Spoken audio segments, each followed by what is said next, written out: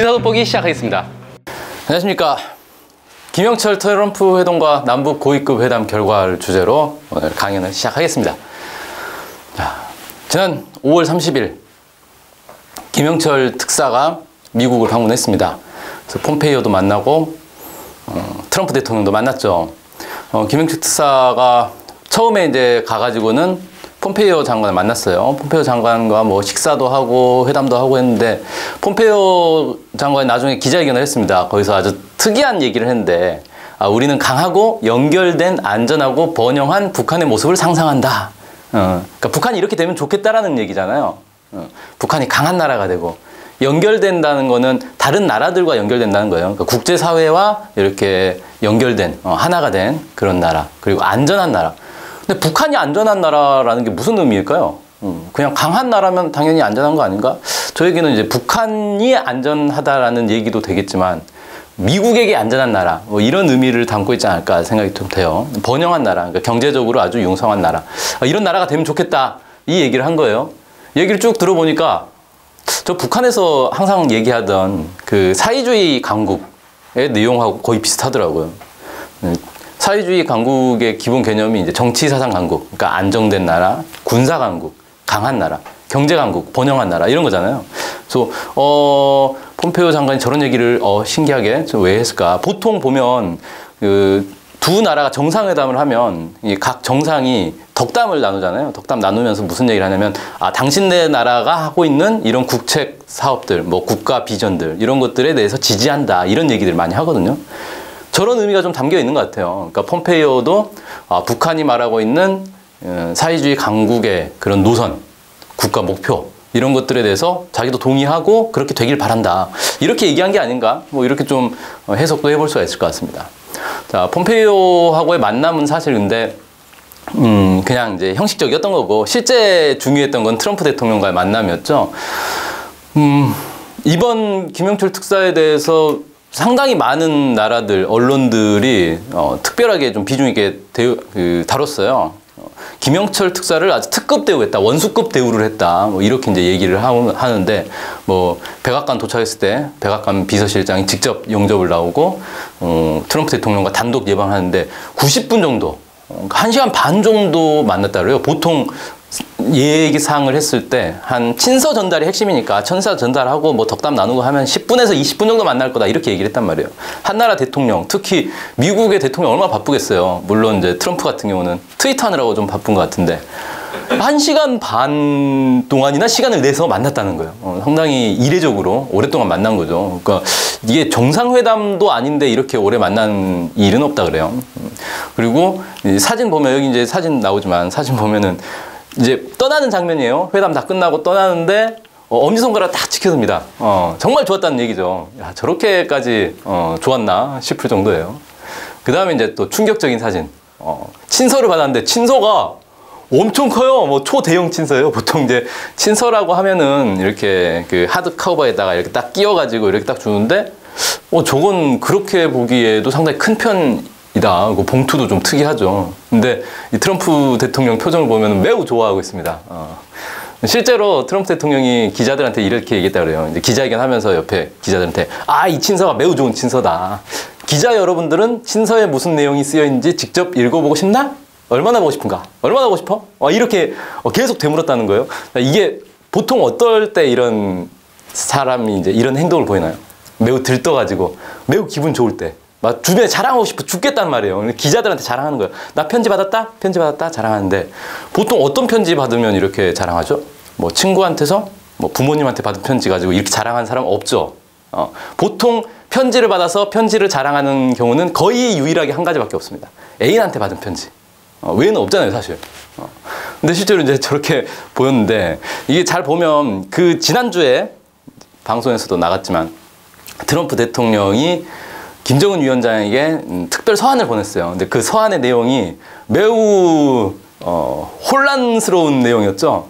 미국 언론에서도 고등학생의 이별 편지 같았다. 뭐 사춘기 청소년의 그런 이제 혼란스러운 심리를 반영한 것 같은 그런 이제 편지였다라고 하는데, 그러니까 이런 거잖아요. 나 너 보고 싶었어. 그런데 헤어질 거야. 하지만 생각 바뀌면 연락 줘. 이런 거예요. 그러니까 쉽게 말해서 보고 싶어 미치겠는데 자존심 때문에 티를 못 내는 거죠. 근데 편지가 왔어요. 얼마나 기분이 좋겠어요. 편지가 왔어. 엄청 자랑하고 싶은 거죠. 이런 얘기도 했어요. 나는 김영철 특사 앞에서 친서를 열어보지 않았다. 내가 그에게 친서를 열어보기 바라느냐고 물었더니 그는 나중에 읽어봐도 된다고 대답했다. 내가 보기에 놀라운 내용이 들어있을 수 있다. 자, 표정 관리하고 싶은 거예요. 그 자리에서 딱 편지를 읽으면 어떻게 되겠어요? 그러니까 이게 뭐냐면 친구들한테 막 연애 편지 왔다고 자랑한 거예요. 근데 그 자리에서 읽으면 안 되잖아요. 거기에 우리 헤어져 이런 말이 써 있을 수도 있는 건데 자기 짝사랑하는 사람한테서 편지를 받았는데 그러니까 이건 나중에 천천히 읽어보고 싶은 거예요. 그 설레는 마음을 계속 간직하고 싶어서 이런 정말 트럼프 대통령 의외로 천진난만한 모습을 보였습니다. 자, 근데 뭐 물론 친서 내용은 공개는 되지 않았어요. 그리고 친서가 무슨 구체적인 내용들 막 적는 그런 건 아니잖아요. 정상들 간의 친서라는 거는 큰 틀의 방향, 우리 잘해봅시다.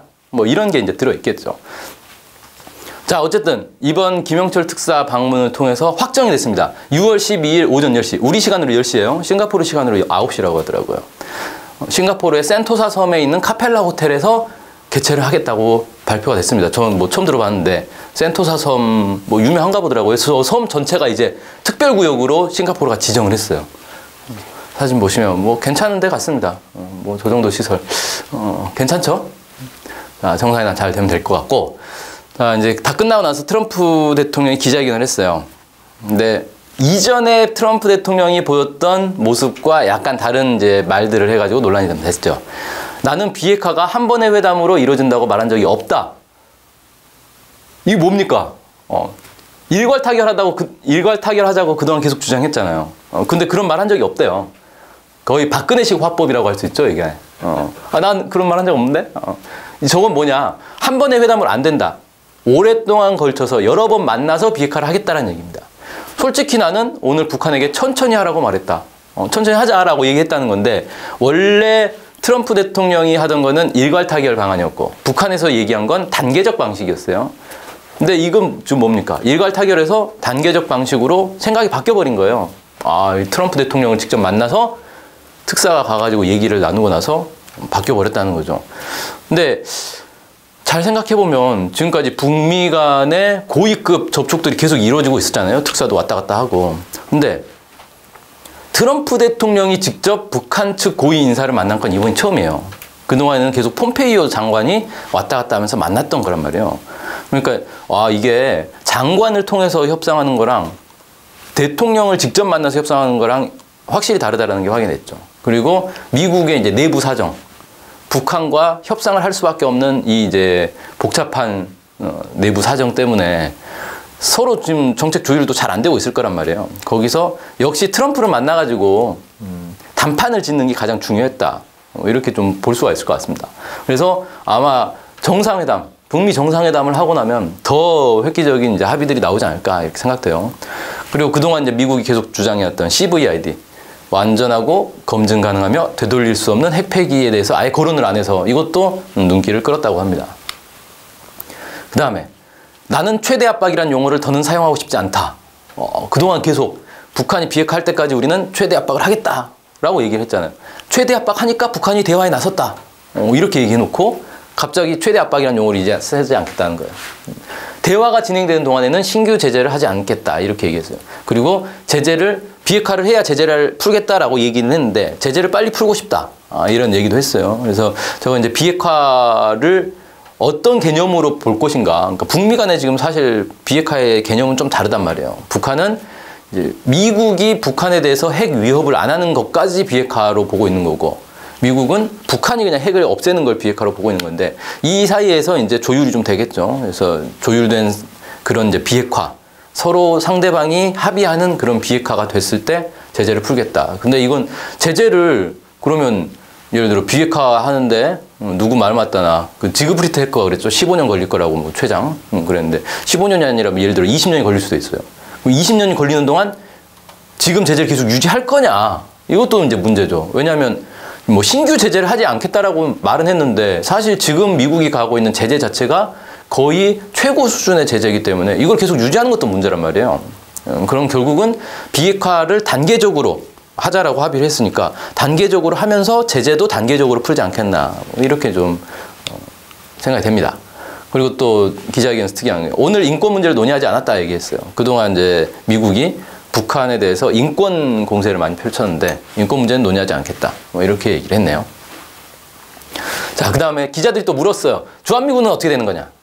주한미군 논의는 거의 모든 걸 얘기했고 많은 대화를 했다. 이렇게 이제 우회적으로 표현을 했어요. 그러니까 주한미군 논의했다라고 얘기는 안 했는데 거의 모든 것을 얘기했다라고 얘기했으니까 그럼 주한미군 논의도 했다는 얘기가 되는 거잖아요. 저 질문에 대해서 답을 저렇게 한 거니까. 그래서 주한미군도 논의를 하고 있구나. 최근에 이제 국방장관, 미국의 국방장관은 또 다른 얘기를 했죠. 아, 주한미군 절대 철수 안 한다. 뭐 이런 얘기를 했어요.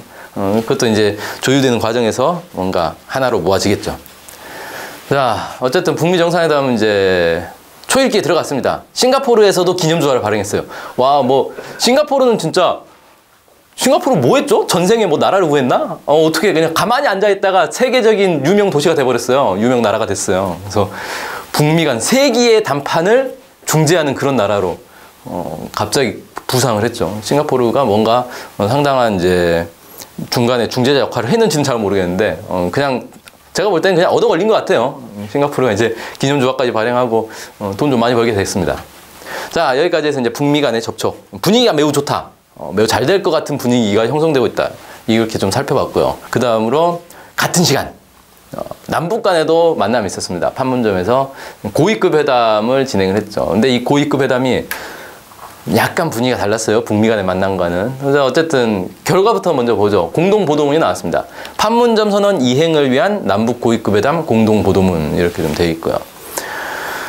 첫 번째 항은 남과 북은 남북관계의 전면적이며 획기적인 발전을 이룩하고 민족적 화해와 평화 번영의 새로운 시대를 과감히 열어나가기 위한 실천적 조치들을 취해 나가기로 하였다. 이렇게 이제 이건 판문점 선언 내용인 거죠. 판문점 선언을 이제 잘 이행하기로 했다. 실천적 조치를 취하기로 했다라고 하면서 그게 이제 두 가지 내용이 있습니다. 남과 북은 당국 간 협의를 긴밀히 하고 남북 교류와 협력을 원만히 보장하기 위하여 가까운 시일 안에 쌍방 당국자가 상주하는 남북 공동연락사무소를 개성공업지구에 개설하기로 하였으며 이를 위한 실무적 대책을 세우기로 하였다. 판문점 선언에 개성의 남북 공동연락사무소를 꾸리자라고 얘기를 했었는데 여기서 이제 개성공업지구로 좀 더 좁혀졌습니다. 뭐 사실 저건 많은 사람들이 예상하고 있었어요. 개성공단 안에 당연히 하겠지라고 예상했고 저렇게 되면 이제 개성공단을 재개하는 문제도 논의될 수밖에 없는 상황이죠. 어쨌든 빠른 시일 안에 개설이 될 것 같습니다. 두 번째, 남과 북은 6.15 공동선언 발표 18도를 의의 있게 기념하기 위한 방안들을 모색하고 문서 교환 방식으로 협의해 나가기로 하였다. 근데 이거는 사실 합의가 안 된 거죠. 6.15 공동선언은 원래 판문점 선언에서 딱 찍어가지고 6.15 찍어가지고 민족 공동행사를 하기로 했단 말이에요. 그러니까 남과 북의 관, 민이 모두 참여하는 그런 공동행사를 하자고 했고 이번에 이제 북에서는 남측에서 열자, 남에서는 판문점에서 열자 이렇게 이제 의견이 나왔던데 결국은 무산이 돼버린 거죠. 이건 사실상. 이와 관련해서는 뒤에서 좀 자세하게 다루겠습니다. 왜 무산이 됐을까? 자, 그 다음에 이제 두 번째 항목은 일정들이 쭉 잡혔어요. 남과 북은 판문점 정상회담에서 합의된 문제들을 실천하기 위한 부문별 회담들을 조속히 개최하기로 하였다. 그래서 가장 중요한 게 이제 군사회담이죠. 군사회담은 원래 판문점 선언에서 5월에 하기로 했는데 안 됐어요. 쌍방은 남북 사이의 군사적 긴장 완화와 국방장관 회담 개최 문제 등을 협의하기 위한 장성급 군사회담을 6월 14일 판문점 통일각에서 가지기로 하였다. 네, 6월 14일 날 열립니다. 그러니까 6월 12일 날 북미 정상회담 있죠. 6월 13일 날 지방선거가 있죠. 6월 14일에 저 회담을 연다고 합니다. 그리고 6월 15일 날 원래는 이제 공동선언 6.15 민족 공동행사를 했어야 되는데 이건 좀 안 된 것 같고요. 자, 그 다음 두 번째. 남과 북은 남북 통일 농구 경기와 2018년 아시아 경기대회 공동 진출을 비롯한 체육 분야의 교류 협력 문제를 협의하기 위한 남북 체육회담을 6월 18일 판문점 평화의 집에서 가지기로 했다. 그러니까 한 번은 통일각, 한 번은 평화의 집 이렇게 왔다 갔다 하네요. 자, 그 다음에 쌍방은 이산가족 친척 상봉을 비롯한 인도적 문제를 협의하기 위한 남북 적십자회담을 6월 22일 금강산에서 가지기로 하였다. 6월 14일, 18일, 22일 계속 6월 한 달 내내 지금 중요한 회담들이 열리게 됐네요. 4번은 남과 북은 14선언에서 합의된 동해선, 경의선 철도와 도로들의 연결과 현대화 문제를 협의하기 위한 남북 철도 및 도로 협력 분과회의, 산림 협력 분과회의, 오늘 가을 북측 예술단의 남측 지역 공연을 위한 실무회담. 최소 3개 지금 회의를 하게 됐네요.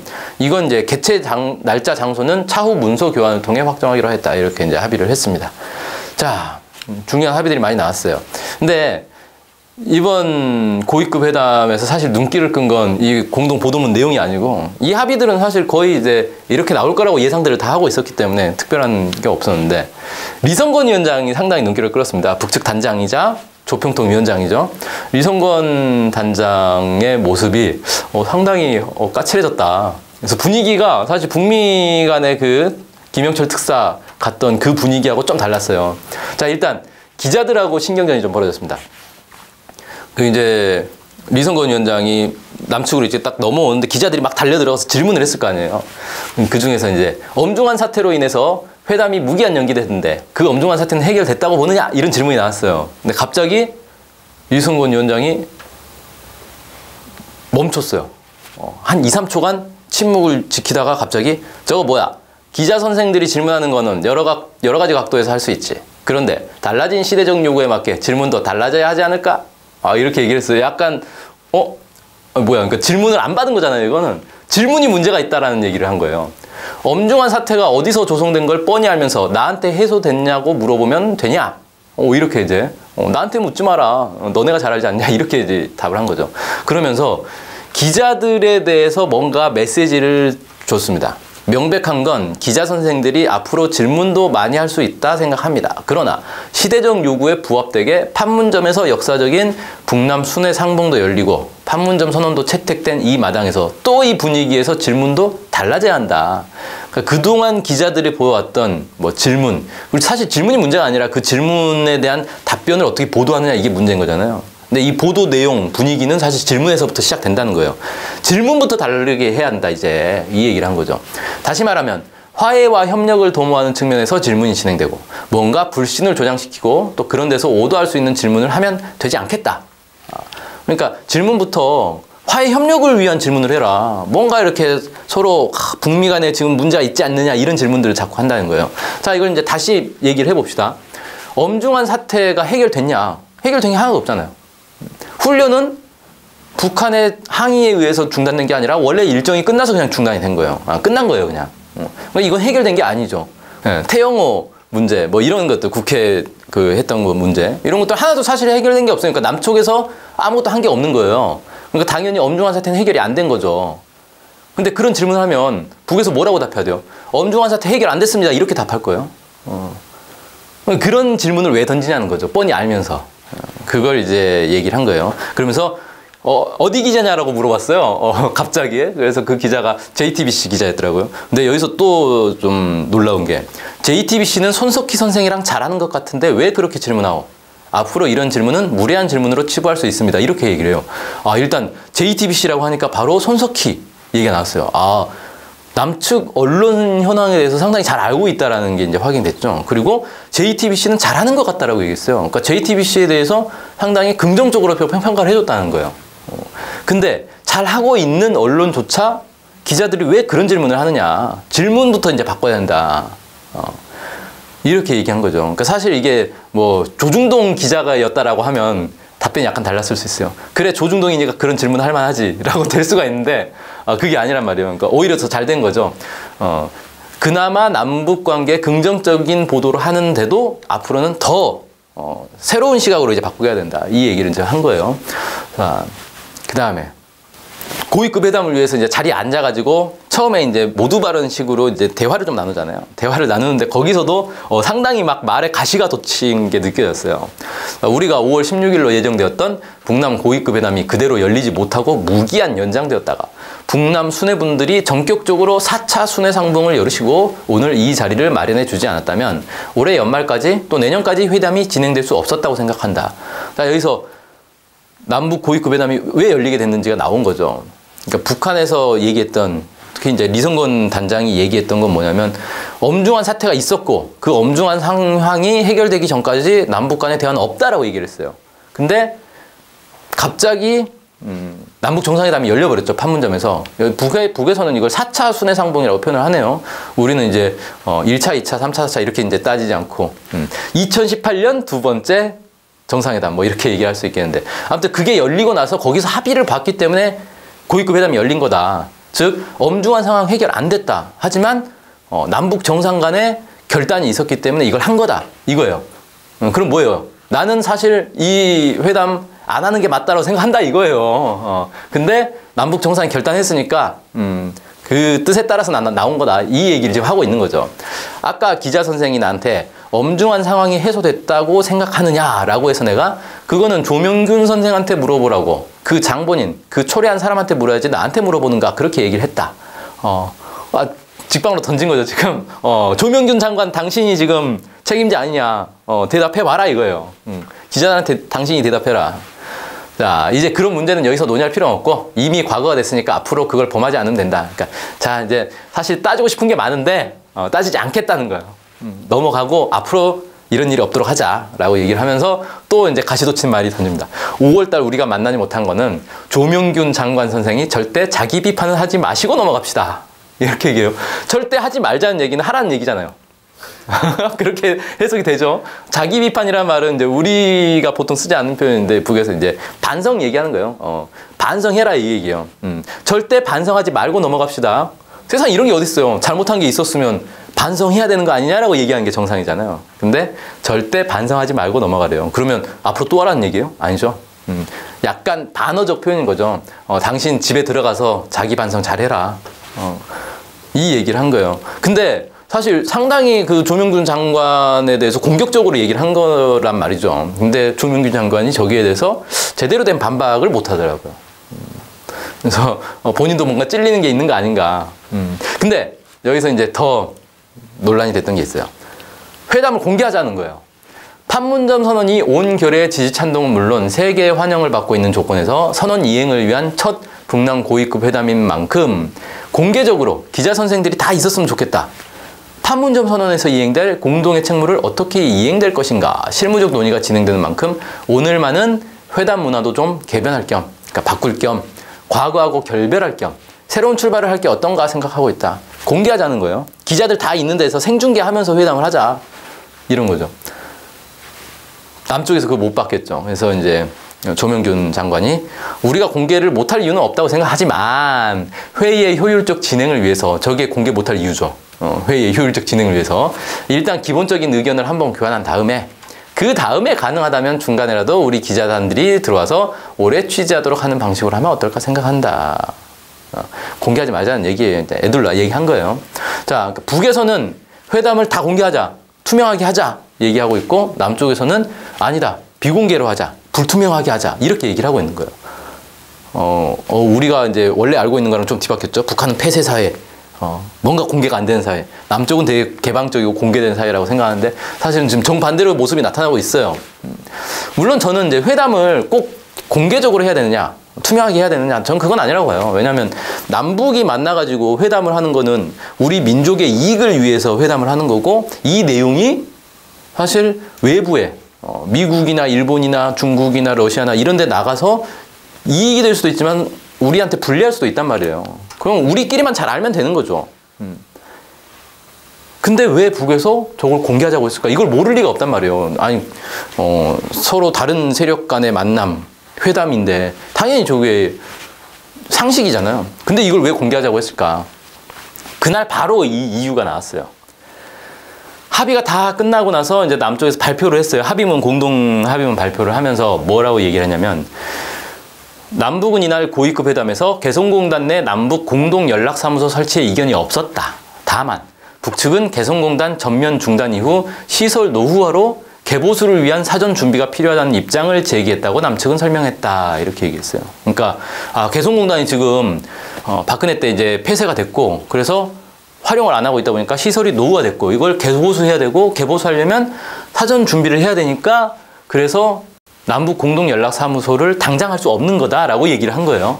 근데 북측 단장 리성건 위원장이 취재진한테 뭐라고 했냐면, 개성공단 보수가 필요하다는 소리 한 거 없다, 정비가 필요하다는 소리도 한 거 없다, 이렇게 얘기를 했어요. 그럼 남쪽에서 방금 말한 거랑 또 다르잖아요.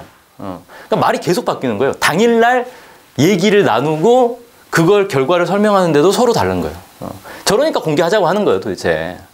도대체가 믿을 수가 없다는 거죠. 뭐 회담에서는 얘기 다 해놓고 나가서는 정반대 얘기하고 딴 얘기하고 언론은 그거를 또 왜곡해가지고 더 이상하게 포장을 해서 보더라고. 이걸 어떻게 하자는 거냐. 아예 그냥 다 까발리자. 다 공개하자. 이걸 이제 북에서 얘기한 거고, 저게 사실 이제 1월 9일 날 그 평창 올림픽을 위한 고위급 회담에서도 똑같은 얘기가 있었어요. 그때도 리성건 위원장이 이 회담을 아예 공개하는 게 어떻겠느냐라고 했다가 남쪽에서 좀 부정적이니까 그럼 됐다고 이렇게 이제 넘어간 게 있는데, 지금 보면은 남북이 회담을 하는데 계속 북쪽에서는 전면 공개를 하자 얘기를 하고 있어요. 다 공개하자. 그동안 이명박근혜 시절에 하도 많이 당해가지고 맨날 뭐 만나가지고 얘기할 때는 잘 얘기해놓고 돌아가서는 딴소리하고 하도 많이 당하니까 이걸 이제 방지하기 위해서 이렇게 한 것 같은데, 지금 문재인 정부는 그럼 다른가? 다르지 않다라는 거죠. 지금 이미 나타나고 있잖아요. 다르지 않은 모습이 나타나니까 이명박근혜 때하고는 좀 다른 모습을 보여야 되는데 그게 아니다 보니까 공개하자라는 얘기를 하는 거예요. 사실은 가장 좋은 건 공개하지 않고 실무자들이 잘 정리를 해서 공개할 부분만 공개하는 게 가장 좋은 거예요. 그래야 우리 이제 남북의 어떤 논의 내용을 외부에서 모를 수가 있죠. 근데 그만큼의 신뢰가 지금 없다는 거죠. 자, 그 다음에 이제 마지막으로 6.15 공동행사는 도대체 왜 무산됐냐, 이 얘기를 잠깐 해야 되겠는데, 그 통일뉴스 보도에 보니까 이렇게 나오더라고요. 공동보도문 작성 당시 남측은 6.15 공동행사 무산을 명시하려고 했지만 북측은 판문점 선언에 이게 명시된 거기 때문에 일단 의의 있게 기념하는 방안을 모색하자는 정도로 문안을 조율했다, 이렇게 이제 알려졌다는 거예요. 그러니까 한국 쪽에서는 아예 그냥 무산하면 됐다라고 명시를 해버리자라는 건데, 그건 또 이제 판문점 선언에 위반되는 거기 때문에 무산이라고는 하지 말고 어쨌든 의의 있게 기념하도록 최대한 노력은 해보자, 이렇게 이제 북쪽에서 얘기를 했다는 거죠. 근데 저기 이제 왜 무산이 됐는가? 이제 정부의 입장은 지방선거가 6월 13일 날 있어서 사실 좀 실무적으로 어렵다, 이 얘기를 한 거예요. 근데 왜 지방선거가 있어서 어렵냐는 거예요. 잘 생각해보면. 지방선거는 지방선거고, 우리나라 국력이 진짜 공무원 숫자도 없고 그래가지고 지방선거 치르느라고 아무것도 뭐 행정이 전체 마비되고 이런 나라가 아니잖아요. 지방선거야 뭐 선관위에서 하는 거지. 정부가 뭘 하는 건 아니잖아요. 물론 정부도 이제 협조는 하는 거지만 6.15 공동행사 못할 이유가 없고, 저걸 못하게 된 결정적 이유는 뭐냐면은 6.15 공동행사라는 게 이 정부급도 있지만 민간도 같이 하는 거란 말이에요. 그리고 사실은 민간이 주도하는 거예요. 그동안의 민족 공동행사는 김대중 노무현 정부 시절에도 민간이 주도해서 다 준비하고 정부는 거기에 그냥 몇 명 가가지고 숟가락만 얹는 정도였거든요. 그러니까 민간이 준비하는 거기 때문에 지방선거하고 아무 관계가 없어요. 여러 통일운동 단체들, 특히 이제 6.15 남측위를 중심으로 해가지고 여기서 다 준비하면 되는 거란 말이에요. 정부는 그냥 숟가락만 얹으면 돼요. 나중에 와가지고 대통령 와서 인사말이나 하고 가면 되는 거지.